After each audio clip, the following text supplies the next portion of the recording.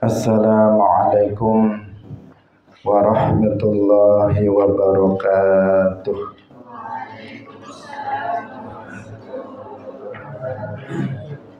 Alhamdulillahi rabbil alamin. Lahun ni'matu wa lahul fadlu wa lahul thana'ul hasan. Wa salawatullahil barrir rahim wal malaikatil muqarrabin ala sayyidina wa maulana Muhammadin wa ala alihi wa ashabihi tayyibin tahirin. Allahumma la sahla illa ma ja'altahu sahla wa anta taj'alul hazna idza syi'ta sahla. Allahumma arzuqna al-ikhlasa fi niyyati wal qawli wal amal. Wa ba'du. Ila nabiyil mustafa sallallahu alaihi wasallam wa ikhwanihi minal anbiya'i wal mursalin wasyuhada'i was salihin, khususan ila sultanil awliya Syekh Abdul Qadir al-Jilani wa Syekh Ahmad Ar-Rifai wa Syekh Bahaidin Naqsyabandi wa Syekh Abdullah al-Harari wa ila arwahi muassisi jam'iyyati Nahdlatul Ulama wa Syekh Muhammad Hashim Ash'ari wa Syekh Bisri Sansuri wa Syekh Abdul Wahab Hasbuwah wa ila arwahi jami'i ahli al-qubur minal muslimin wal muslimat. Al-Fatihah. A'udzu billahi minasy syaithanir rajim. Bismillahirrahmanirrahim. Alhamdulillahi rabbil alamin. Ar-Rahmanir Rahim. Maliki yaumiddin. Iyyaka na'budu wa iyyaka nasta'in. Ihdinas siratal mustaqim. Siratal ladzina an'amta 'alaihim ghairil maghdubi 'alaihim waladdallin. Amin. Hadirin hadirat kaum muslimin muslimat, pemirsa Madu TV rahimakumullah. Alhamdulillah, kita bersyukur kepada Allah Subhanahu wa taala. Pada pagi hari ini Allah Subhanahu wa taala kembali mempertemukan kita dalam majelis ilmu, dalam melanjutkan pengajian kitab Sahih Al-Bukhari, Kitabul Iman. Semoga kebersamaan kita pada pagi hari ini diberkahi oleh Allah Subhanahu wa taala sehingga masing-masing kita dianugerahi ilmu yang manfaat, barokah fid dunya wal akhirah. Amin ya rabbal alamin. Salawat dan salam semoga tetap terlimpahkan kepada Nabi Agung Nabi Muhammad sallallahu alaihi wasallam, para sahabatnya, keluarganya serta seluruh umat Islam yang mengikuti beliau ila yaumil qiyamah. Kita ikhlaskan niat kita masing-masing, kita ngaji lillahi ta'ala. Babu kufranil ashiri wa kufrin ba'da kufrin fihi. An Abi Sa'idin Al-Khudri anin Nabiyyi sallallahu alaihi wasallam. Qala Abu Abdillah Al-Imam Al-Bukhari, babu kufranil ashiri utawi iki iku bab nerangaken ngingkari kebagusane suami, wa kufrin dan kufur ba'da kufrin ing dalem sause kekufuran, fihi ing dalem kufranil ashir. An Abi Sa'idin saking Abi Sa'id Al-Khudri anin Nabiyyi sallallahu alaihi wasallam.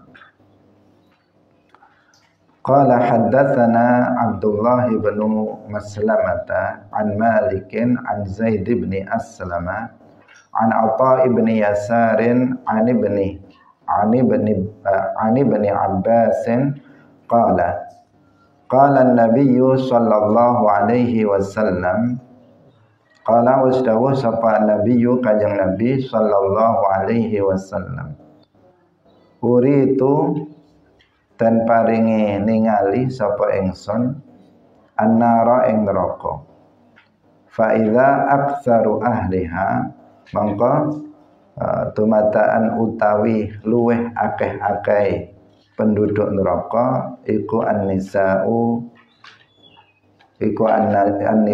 pira-pira wong wadon yakfurna kang padha kufur sapa an-nisa qila dan ucapaken ayakfurna ana ta padha kufur sapa an-nisa billahi kelawan Allah qala jawab sapa kanjeng Nabi yakfurna ora yakfurna padha kufur sapa an-nisa al-ashira ing bojo lanange an-nisa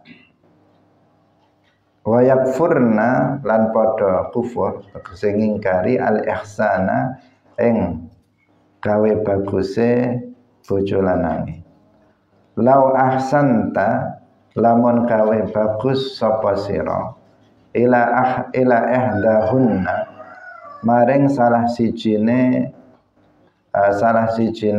pira-pira bojo wadon ad-dahra ing dalem setahun summa ra'at nuli ningali sapa ihdahunna mingka saking sira syai'an ing suwiji-wiji kang sedidik kang ala qalat mongko ngucap sapa ihdahunna ma ra'aitu ora ningali sapa ingsun mingka saking sira khairan ing kebagusan qattu babar pisan. Hadirin rahimakumullah, sebelum kita menjelaskan tentang bab ini, kemarin ada yang tertinggal terkait dengan hadis yang diriwayatkan terkait dengan bab idza lam yakunil Islam alal haqiqah wa kana alal istislam awil khauf minal qatl. Ada satu bagian hadis di bagian belakang yang terlupa untuk dijelaskan, yaitu ketika Rasulullah Shallallahu Alaihi Wasallam meluruskan ibarah yang ketika itu Sa'ad mengatakan fa wallahi inni la arahu mu'minan, kemudian Nabi meluruskannya dengan musliman, bahwa ibarah atau ungkapan yang tepat itu adalah musliman bukan mukminan. Ini sudah kita jelaskan. Bagian yang belum kita jelaskan adalah sabda Rasulullah Shallallahu Alaihi Wasallam pada bagian akhir, yaitu Nabi bersabda ya Sa'du inni la u'ti ar-rajula wa ghairuhu ahabbu ilayya minhu khasyata ayyakubahullahu finnar. Nah, bagian ini belum kita jelaskan. Hadirin rahimakumullah, jadi dalam hadis ini kan diceritakan ada sekelompok orang yang kemudian Nabi memberikan makanan atau harta kepada mereka sebagian, tetapi ada satu orang laki-laki yang tidak dikasih sesuatu oleh Rasulullah Shallallahu Alaihi Wasallam, sehingga Sa'ad itu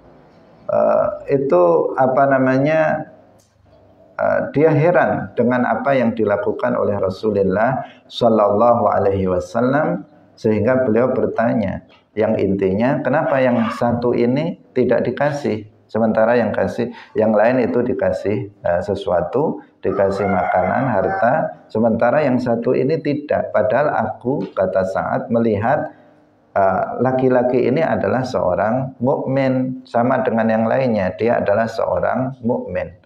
Tapi yang lain dikasih, laki-laki ini tidak dikasih. Nah, kemudian Nabi meluruskan ungkapan ungkapan dari Sa'ad mengatakan sebaiknya kamu mengatakan muslim bukan mukmin. Nah, kemudian di akhir sampai 3 kali itu dilakukan oleh Sa'ad bertanya tentang masalah ini. Kenapa kok yang satu ini tidak dikasih padahal dia adalah mukmin? Nabi meluruskan sampai 3 kali au musliman. Nah, kemudian di akhir Nabi menjelaskan, ya Sa'ad inni la'u'tir rajula wa ghairuhu ahabbu ilayya minhu. Wahai Sa'ad, aku telah memberikan harta kepada laki-laki, kepada seorang laki-laki, padahal selainnya itu lebih aku cintai daripada dia.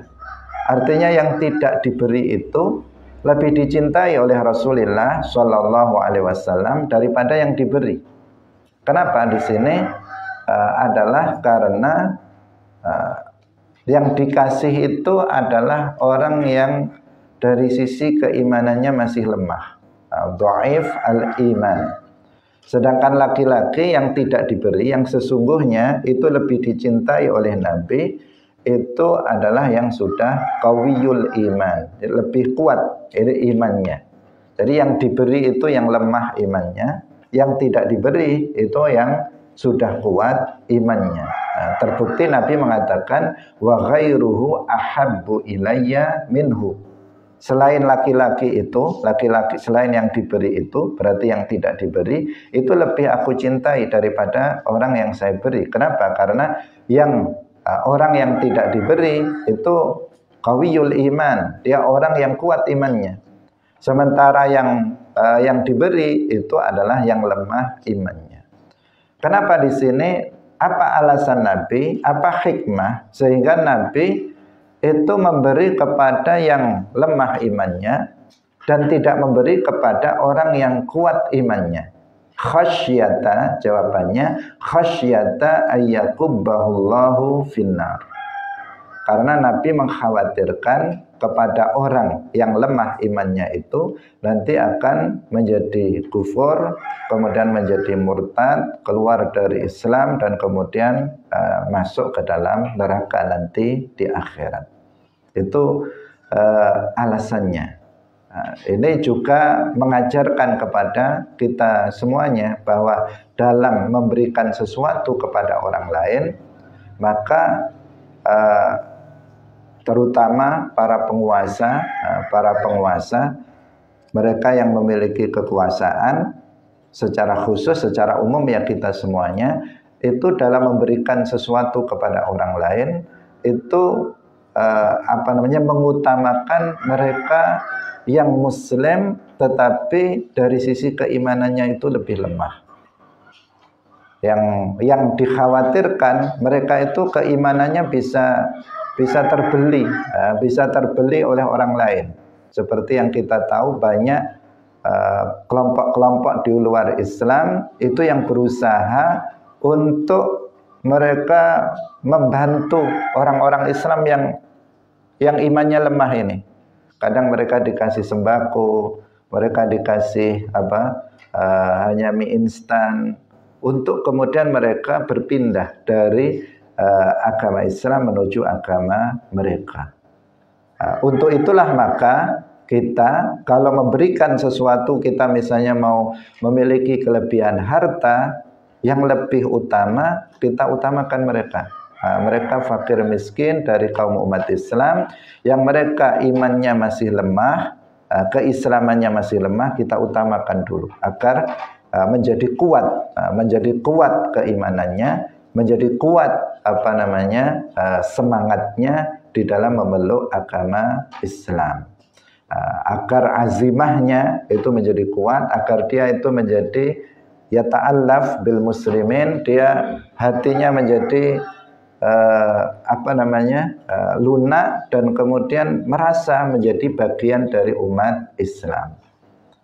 Sehingga salah satu mustahik zakat itu ada yang disebut al-mu'allaf qulubuhum, yaitu mereka yang baru saja masuk Islam dan Islamnya itu belum kuat. Di antara maknanya itu ada beberapa makna, di antara maknanya mereka yang baru masuk ke dalam agama Islam dan keislamannya itu belum kuat. Sehingga mereka dikasih zakat agar mereka semakin kuat keislamannya. Nah, ini juga berbicara tentang masalah itu. Nah, yang membuat Sa'ad heran, ini sama-sama muslimnya, tetapi yang ini dikasih, yang ini tidak dikasih. Pertama menunjukkan bahwa iman itu bertingkat-tingkat. Yang ini imannya sudah kuat, yang ini imannya belum. Nah, Nabi kemudian ngasih yang imannya masih lemah diutamakan, yang imannya sudah kuat itu tidak. Dalam rangka karena Nabi khawatir terhadap keislaman orang-orang ini, khawatir kalau mereka tidak dikasih, nanti mereka akan menjadi murtad, meninggalkan Islam, sehingga mereka nanti di akhirat akan masuk ke dalam neraka. Nah, bagian ini yang perlu kita tambahkan sebagai penjelasan, karena kemarin kita terlewatkan penjelasan ini karena kita fokus di depan. Sekarang kita jelaskan bab yang pagi hari ini kita baca, yaitu babu kufranil ashir wa kufrin ba'da kufrin fihi an Abi Sa'id Al-Khudri an Nabiyyi sallallahu alaihi wasallam. Pertama, terkait dengan bab ini, bahwa mengingkari kebaikan suami itu tergolong dosa besar. Mengingkari kebaikan suami yang disebut dengan kufranul ashir itu tergolong sebagai dosa besar. Al-ashir itu maksudnya az-zawj. Jadi mengingkari kebaikan suami itu tergolong sebagai dosa besar. Kemudian dosa besar itu dalam hadis yang diriwayatkan dari Abu Sa'id Al-Khudri itu diungkapkan dengan istilah kufrun ba'da kufrin. Diungkapkan dengan kufur, tetapi yang dimaksud itu dosa besar. Sehingga Imam Bukhari mengistilahkannya dengan istilah kufrun ba'da kufrin. Dalam nuskhah yang lain itu ibarahnya kufrun duna kufrin. Jadi ada kufrun ba'da kufrin, ada kufrun duna kufrin. Hadirin rahimakumullah. Nah, ini penting sekali terkait dengan akidah ahli sunnah wal jamaah. Bahwa terkadang di dalam Al-Quran ataupun di dalam hadis, kata kufur itu terkadang dimaknai sebagai kufrun tuna kufrin, atau dzanbun kabir, atau dosa besar. Itu ada istilah seperti itu. Sebagai bantahan terhadap mereka yang nggak paham terkait dengan ini, memaknai kufur itu ya kufur, keluar dari Islam. Seperti sebagian kelompok Wahabi atau kelompok pengikut Sayyid Qutb, Hizbul Ikhwan, ketika mereka menafsirkan ayat Al-Maidah 44, Allah berfirman, "Wa man lam yahkum bima anzalallahu faulaika humul kafirun." Maka Sayyid Qutb kemudian memaknainya dengan al-kafirun, ya kafir yang keluar dari Islam, bukan orang Islam. Sehingga Sayyid Qutb dan para pengikutnya yang mengikuti paham Khawarij mengatakan, memaknai ayat ini dengan mengatakan barang siapa yang tidak berhukum dengan hukum yang telah Allah turunkan, maka mereka adalah orang kafir. Maka setiap orang yang berhukum dengan selain hukum Islam, menurut dia itu adalah orang kafir. Maka di dunia ini kesimpulan dia lagi, nggak ada orang Islam lagi. Karena di dunia ini setiap negara tidak ada satupun yang menerapkan hukum Islam sebagai hukum negara. Maka pemerintahannya, semua pemerintahan di dunia ini adalah pemerintahan yang kufur, orang-orangnya kafir. rakyatnya yang nggak mau memberontak terhadap pemerintahan yang menerapkan hukum selain Islam, itu juga kafir semuanya. Sehingga Said Qutb mengatakan laqadir taddat al-basyariyatu kulluha. Manusia ini semuanya sudah murtad. Di dunia ini semuanya sudah murtad karena sudah berubah dari menyembah Allah menjadi menyembah manusia karena berhukum dengan hukum manusia. Itu akidah apa? Akidah Khawarij yang kemudian diikuti oleh Said Qutb Hizbul Ikhwan. Hadirin rahimakumullah. Padahal ternyata Imam Bukhari sendiri itu menjelaskan bahwa dalam Al-Quran maupun hadis itu ada kata kufur yang berarti kufrun duna kufrin, atau dosa besar itu ada. Kalau dalam hadis, hadis yang ini yang akan disampaikan dalam bab ini. Kalau hadis yang lain, yaitu misalnya hadis sibabul muslimi fusuqun wa qitaluhu kufrun. Wa qitaluhu kufrun.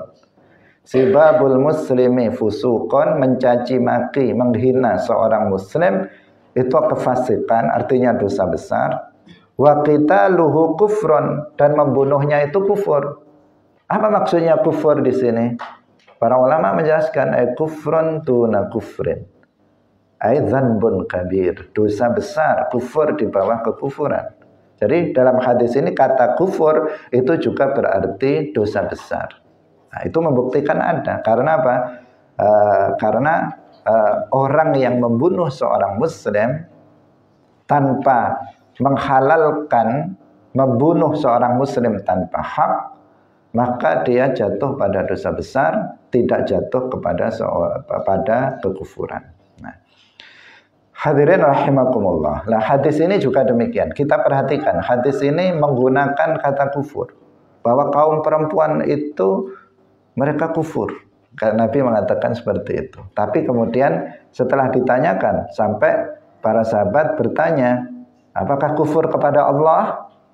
Bertanya seperti itu. Berarti di sini kufur itu tidak mesti kufur kepada Allah. Kita baca.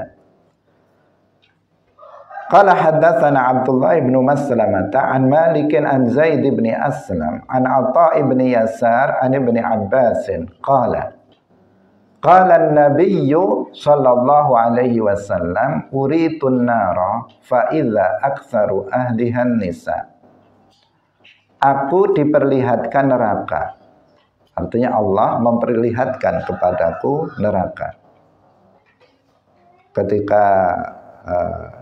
Ketika Nabi di-mi'rajkan, itu Nabi pertama beliau masuk ke dalam surga. Dan yang kedua beliau juga diperlihatkan neraka. Nabi berada di atas langit ketujuh, kemudian diperlihatkan neraka kepada beliau. Fa idza aktsaru ahlihan nisa. Dalam nuskah yang lain enggak ada kata fa idza, langsung aktsaru ahlihan nisa. Nah, kebanyakan penduduk neraka itu adalah kaum perempuan. Nah, ini kebanyakan penduduk neraka itu adalah kaum perempuan. Yakfurna. Nah, Nabi mengatakan yakfurna. Mereka itu pada kufur. Jadi penyebabnya kenapa kaum perempuan itu menjadi kebanyakan atau mayoritas penduduk neraka, sebabnya adalah yakfurna, karena mereka kufur. Dalam nuskhah yang lain itu, riwayat yang lain dikatakan bikufrihinna, karena kekufuran mereka. Karena kekufuran kaum perempuan itu, sehingga mereka menjadi mayoritas penduduk neraka. Qila, dikatakan ayakfurna billah, apakah mereka kaum perempuan itu pada kufur kepada Allah? qala yakfurnal ashir. Nah, di sini dijelaskan bahwa ternyata kufur itu tidak mesti kufur yang kul anil millah, yang memindahkan seseorang dari agama, yang mengeluarkan seseorang dari Islam. Tidak mesti seperti itu. Buktinya Nabi mengatakan ayakfuruna, ketika ditanya ayakfuruna billah, ayakfurna billah, Nabi menjawabnya yakfurnal ashir. Mereka itu kufur terhadap suaminya, maksudnya mengingkari kebaikan-kebaikan suaminya. Wa yakfurnal ihsan, dan mereka mengkufuri kebaikan yang dilakukan oleh suaminya. Nah, ketika suaminya sudah banyak berbuat baik kepada seorang istri, kemudian suatu hari suami ada salah pada suami, namanya juga manusia, suami juga manusia. Dia sekali membuat kesalahan, kemudian si istrinya mengatakan melupakan semua kebaikan suami dan menganggap bahwa suaminya itu seburuk-buruknya orang, nggak pernah berbuat baik sama sekali kepada istrinya. Itu yang dimaksud yakfurnal ashir wa yakfurnal ihsan. Nah, sebelum ke situ, jadi di sini yang perlu diperhatikan adalah Nabi menggunakan kata kufur, yakfurna. Nah, kemudian ketika diperjelas, Nabi menjelaskan bahwa yakfurna yang dimaksud yakfurnal ashir wa yakfurnal ihsan. Nah, yang ini menunjukkan berarti kufur itu ada kalanya kufrun duna kufrin atau kufrun ba'da kufrin, yaitu kufur yang tidak mengeluarkan seseorang dari Islam, tetapi maknanya adalah dosa besar. Dan Imam Bukhari memberi bab seperti itu.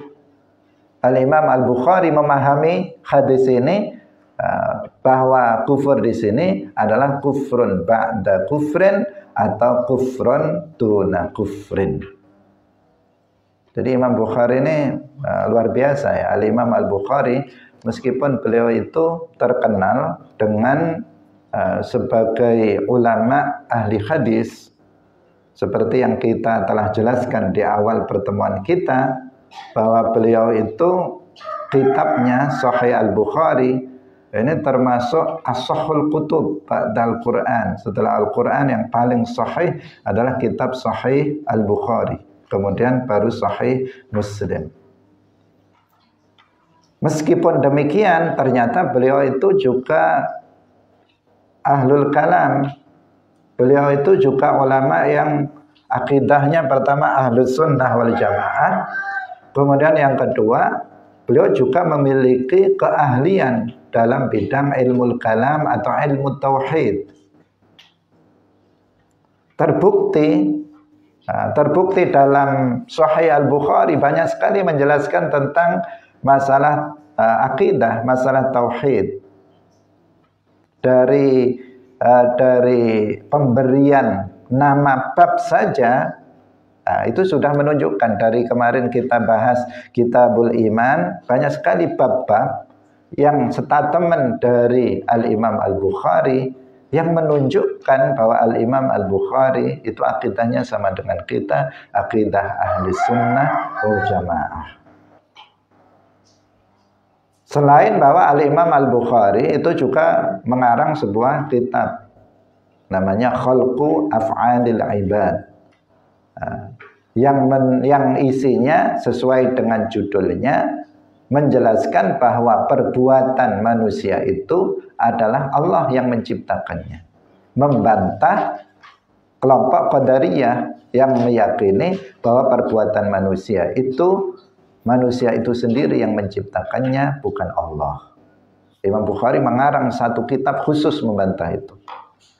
Nah, di dalam kitab Sahih Al-Bukhari juga banyak sekali menjelaskan tentang permasalahan akidah yang beliau membuatnya sebagai bab khusus. Misalnya di awal saja beliau sudah menjelaskan bahwa iman itu yazid wa yanqus. Itu kan akidah ahli sunnah wal jamaah.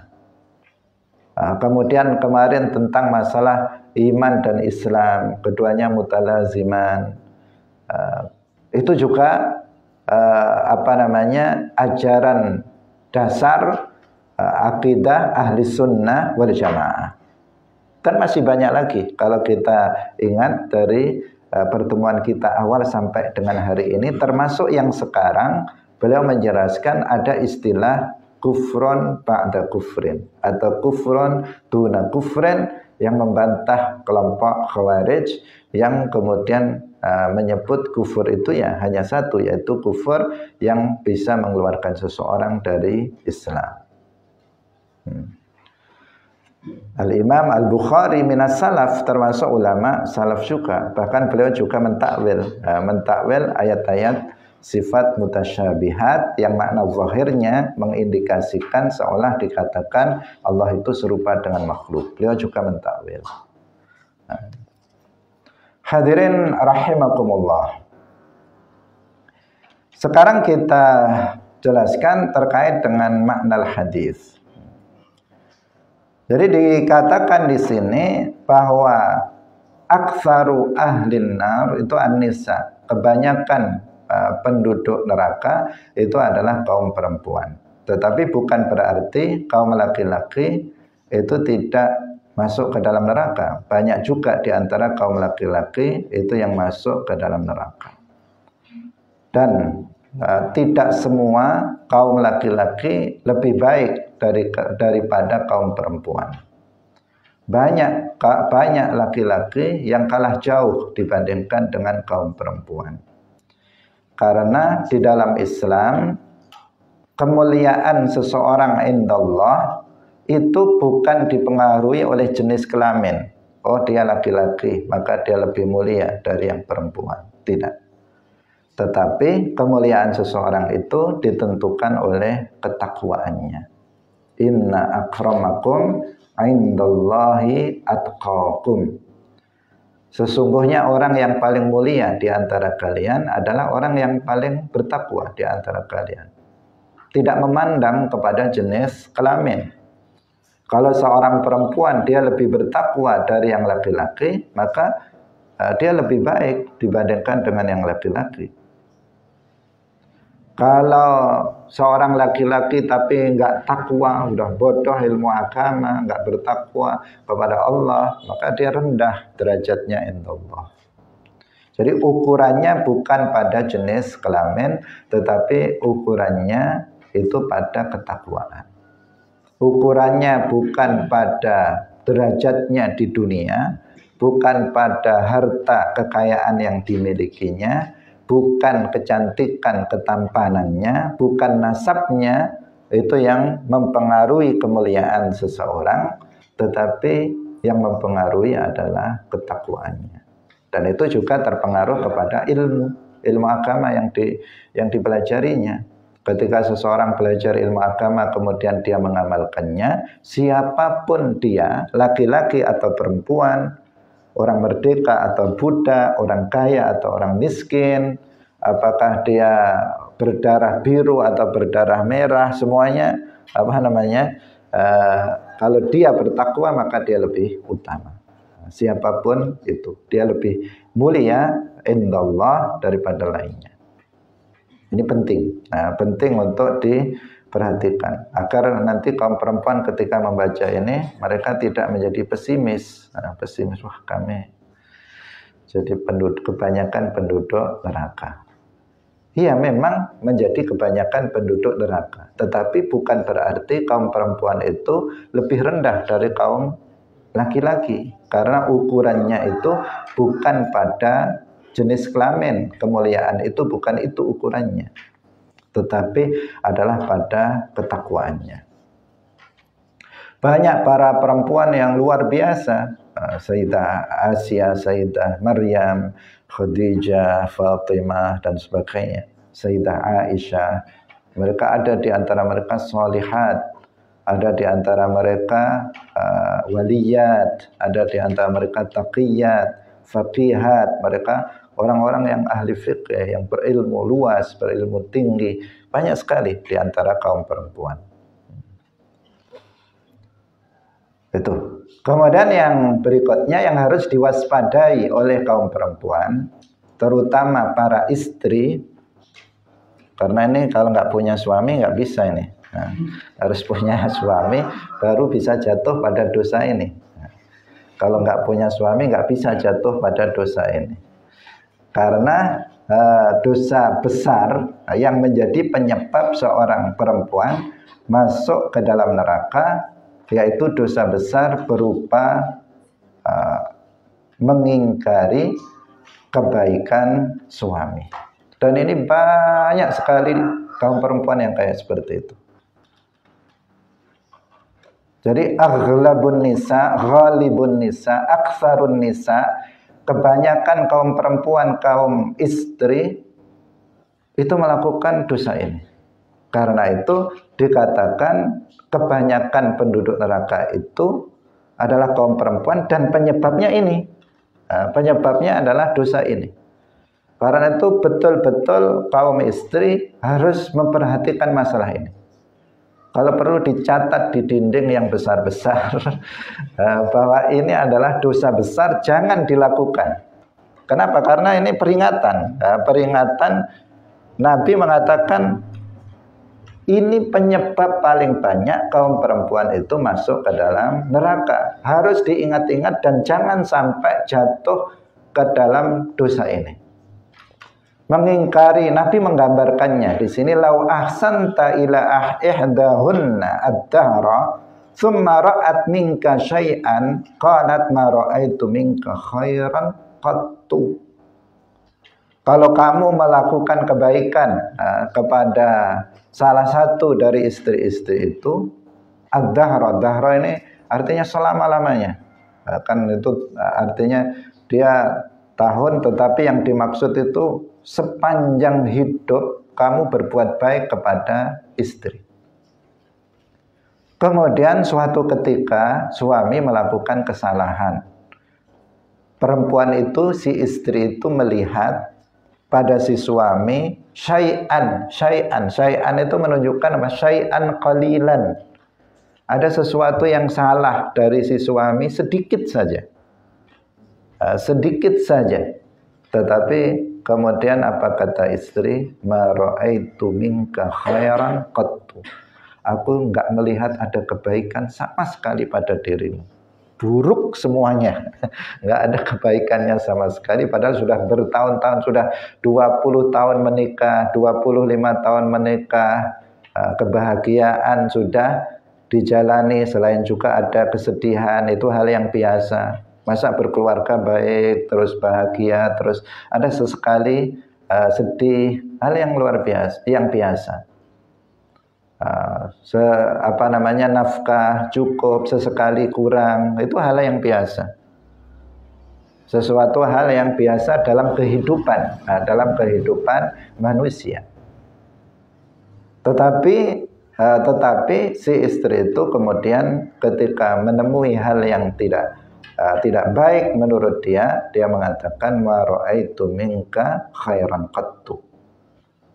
Saya tidak melihat ada kebaikan sama sekali pada dirimu. Atau dia mengatakan kamu nggak pernah membahagiakanku. Padahal anaknya sudah 4, sudah 5, katanya nggak pernah membahagiakan dia. Sesuatu yang aneh. Atau padahal sudah hidup dia, kalau dia nggak pernah dikasih nafkah kan sudah mati, disebabkan kelaparan dan sebagainya. Tetapi katanya nggak pernah dikasih nafkah, nggak pernah dicukupi, nggak pernah dibahagiakan, nggak pernah senang dan seterusnya. Ini dosa besar yang harus diwaspadai oleh kaum perempuan. Hadirin rahimakumullah, ingat bahwa suami itu manusia biasa.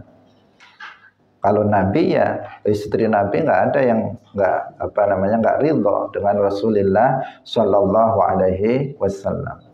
Tetapi selain para nabi, para suami ini manusia biasa. Bahkan sesoleh apapun sang suami, sehebat apapun sang suami dari sisi kebaikannya, tetap saja menyisakan hal-hal yang buruk, menyisakan hal-hal yang tidak baik yang si istri tidak berkenan terhadap suaminya tersebut.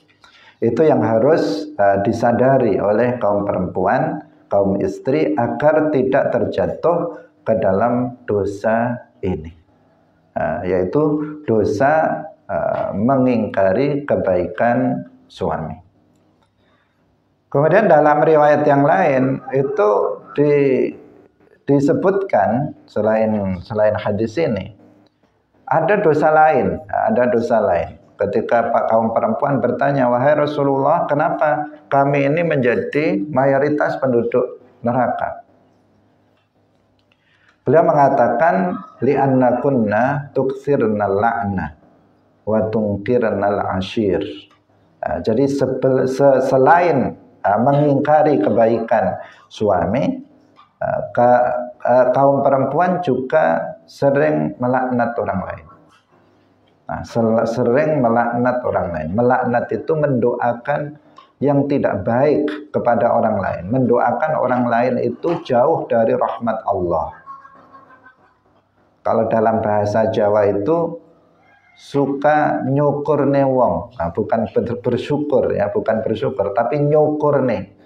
Nyukurne itu apa? Ya, mendoakan yang tidak baik kepada orang lain agar kalau orang lain itu celaka, dia itu tertawa hatinya, dia senang. Kalau orang itu misalnya kecelakaan, dia senang. Kalau orang itu miskin, dia senang. Kalau dia tetangganya punya banyak hutang, punya banyak masalah, dia itu gembira. Memang itu yang dia harapkan. Senang sekali kalau temannya itu dapat masalah, itu gembira sekali. Nah, itu juga berarti harus diwaspadai, harus diwaspadai kepada kaum perempuan. Hadirin rahimakumullah, kenapa mengingkari kebaikan suami itu menjadi dosa besar? Kenapa? Ada dua hal. Yang pertama, di sini mengandung unsur kadzib, bohong. Kenapa? Karena suami sudah berbuat baik sebelumnya, tetapi dia enggak pernah kamu berbuat baik kepadaku, enggak pernah kamu membahagiakanku, padahal sudah bahagia sebelumnya. Berarti kadzib, berbohong. Al-ikhbar bi khilafil waqi', dia memberitahukan sesuatu yang enggak sesuai kenyataannya. Kenyataannya dia sudah bahagia bersama suaminya dan suaminya sudah banyak memberikan kebaikan kepadanya, tetapi dia dengan mengatakan itu berarti dia telah berbohong. Itu dosa pertama yang menyebabkan ini nanti menjadi dosa besar. Yang kedua, dan dosa itu kita tahu apa hukumnya, itu haram, termasuk maksiat lisan yang harus dijauhi. Kemudian yang kedua, di situ mengandung makna idza al-muslim, menyakiti seorang muslim. Kira-kira hati seorang suami jika dibilang seperti itu sakit apa enggak? Ya sangat sakit. Wong dia sudah berbuat baik selama ini, ada kesalahan sekali saja dibilang enggak ada, dinafikan semua kebaikan yang pernah dilakukannya. Pasti hati suami itu sangat sakit sekali.